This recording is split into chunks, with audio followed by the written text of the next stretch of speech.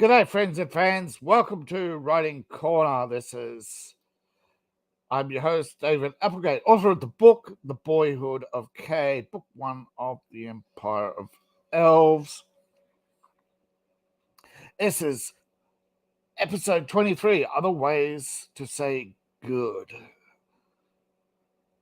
Of course, good is actually one of the most frequently used words in the English language, but it's not considered an overused word, although some might actually think that.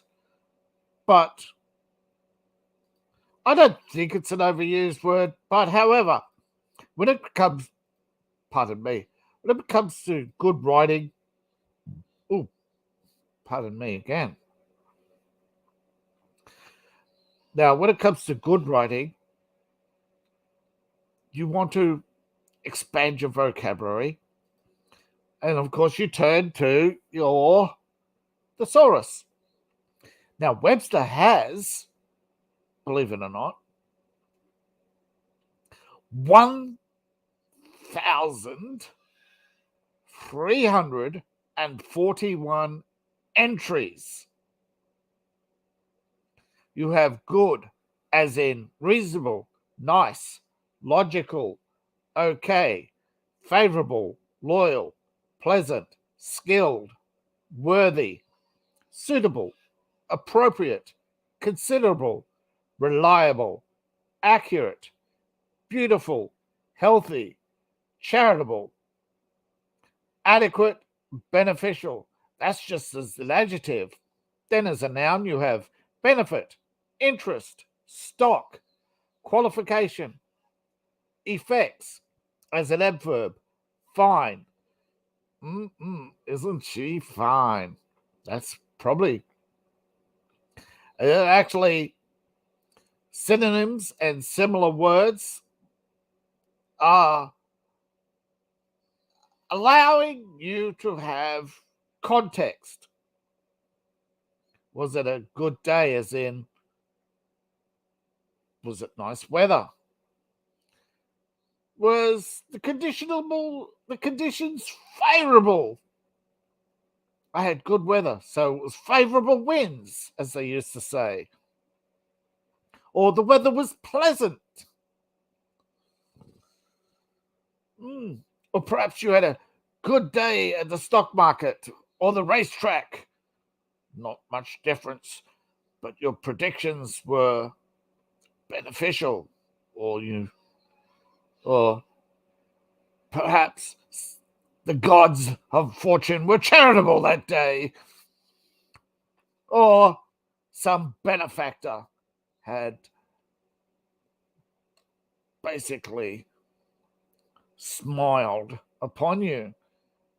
Well, it was just nice weather.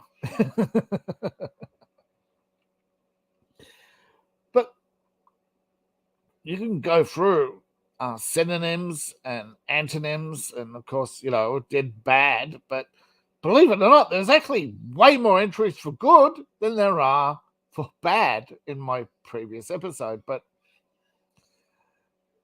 good, adjective, to be desired or approved of, or to have the required qualities. Now, if we look at, go back. Good, to be desired or approved of, showing approval, approving, praising, compliments, glowing, appreciation, or enthusiasm for desired or desirable. Then having required qualities or being of a high standard. Quality, superior, satisfactory, acceptable, adequate, up to scratch, up to par, or skilled at doing something, capable, proficient, adept, accomplished, skillful, or gifted, healthy, strong, or well. Those three themselves are synonyms for good, but also you could be lusty, fit, robust, sturdy, strong, vigorous. Who knew that being lusty was a good attribute. I think the person who wrote that was trying to sneak one in, but I'll leave it. But useful, advantageous, or beneficial, wholesome, so or nutritional, or strengthening, or beneficial, appropriate to purpose. So appropriate, suitable, convenient. Now, as you go through the list, other words: wonderful, first-rate, fabulous, superior, superb. Now, out of this, about 190 of them are considered good synonyms, 370 considered adequate. The rest are more nuanced and very specific. So you start with a better word for good, then you start for other words for nice, then you get to other words for not bad, or then, of course, you get smart, clever, and eventually you'll actually find a word that fits your particular message. I think when you're conveying a message, I think these days we take our conversations are too long. I remember when I was young, adults used to sit around, and my grandmother and her friends, they would sit around and sip tea for like 3 or 4 cups, and they'd have a conversation about the weather. How's the day? And they would sip some tea, and they would say, it's nice. They were actually, I think people were more thoughtful. They had long conversations, and their conversations were more nuanced. Although there's particularly fewer conversations I'd rather forget, particularly about a woman and her botched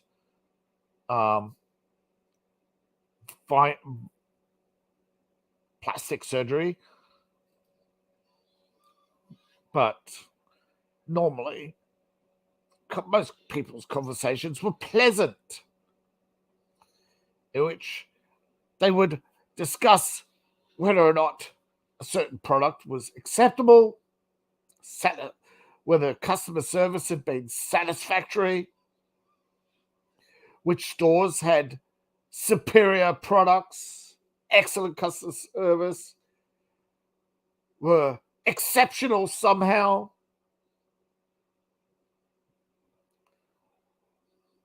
Or then we're talking about particularly whether or not a discounter was worth the discount. Because often, let's say you're buying food, particularly food. Most people, when it came to meat, they wanted quality, excellent value, and a positive experience.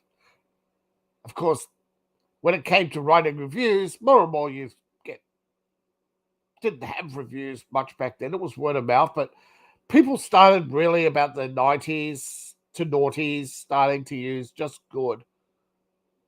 And things became more adequate. With the dumbing down of language, particularly pulp fiction,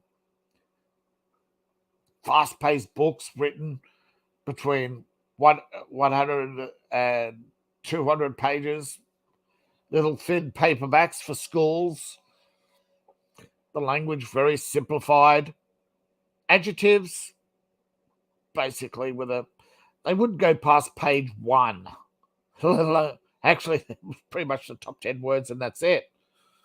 But now, of course, I think with greater competition, we have to step up our game. We have to be logical, reasonable, and sensible. We have to use common sense and actually be justified in our use of language. And I am trying to improve my language. I have language difficulties, which often have me lapsed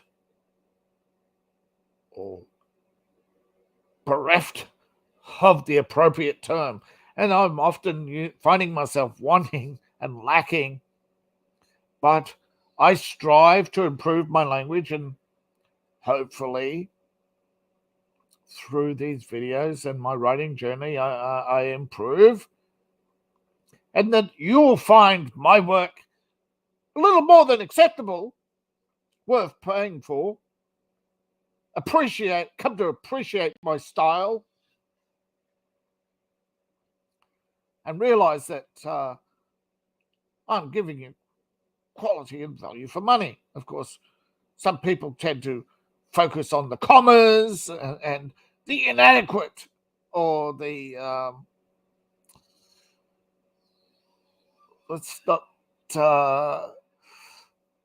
inappropriate use of commas, which is subjective. There are places where you put a comma and you don't. Unfortunately, there are too many different rules these days. There's the Oxford rules, and now there's the Berkeley rules, the Chicago rules. No. Come on. I don't speak American, so don't expect me to speak American, please. So, or spell American. Look, I found out recently that some publishers they release an English edition and the UK edition and the US edition, and in the US edition they change all the language because they don't want to offend the poor snowflakes. If you seriously think that some wanker saying looks like he wrote with a crayon is a good review, then all you care about is sick burns, man, and not actual merit of the story. Because believe it or not, I don't like the Barbie movie. I know somebody who does. They're tickled pink about the Barbie movie. They're absolutely over the moon over it. That's because they've either brain damaged or they like different things than I do. Both can be acceptable. But I accept that there are people who like Barbie. I don't. I accept there are people who like Indiana Jones, even at 5. And I can actually find things wrong with it and still like the movie and say, there are parts of the story that took too long, and because they took too long in those parts of the story, other parts of the story are rushed. And then the whole point of the MacGuffin was pointless because because it just came down to a 5-minute conversation, which they pretty much didn't let the other guy get a word in. But I already knew as soon as I saw the other piece, and I saw I knew who was in the coffin. I knew the outcome of the movie as soon as I saw the coffin and the other piece in the hand. I knew how else it was going to end. But I mean, that doesn't make the movie predictable because I didn't see the trailer and go, oh yeah, that's how it's going to end. But I don't know. There are definitely acceptable, good, proper, appropriate use of the word good and its synonyms. The average person is going to say good. People when they're evaluating something, try to learn the words as I'm trying to learn the words, is to try and find a synonym that fits when you can. Sometimes it may actually add to your editing process, but I hope ultimately that this will help you as much as it's helped me. Pardon me, I'm sorry. I don't know what's wrong with me today. I just, particularly every time I speak, I'm fine. I sit down, I get all the wind out. I just don't know. As I'm talking, something's gone wrong. So hopefully Nothing serious, just a bit of gastro upset. But I think I'll leave it there. I mean, there are many other ways to say good. I'm not going to list them all, but especially over 1,000 of them, when only the top 100 are probably most likely going to be used. So I think good, proper, appropriate time to say thank you for coming. Please like, share, subscribe, and all that fun stuff. Appreciate each and every one of you, even when there's only 5 of you, whether there's 5 or 500 of you watching. I appreciate each and every one of you. I hope more of you would subscribe. But I hope even more that more of you will watch a live stream rather than watch it later. But that's okay. The YouTube gods don't like it when people don't watch the live stream. And perhaps I should go back to recording and uploading. I don't know yet. Thank you for listening, and I'll see you all in the next video. Thank you for coming.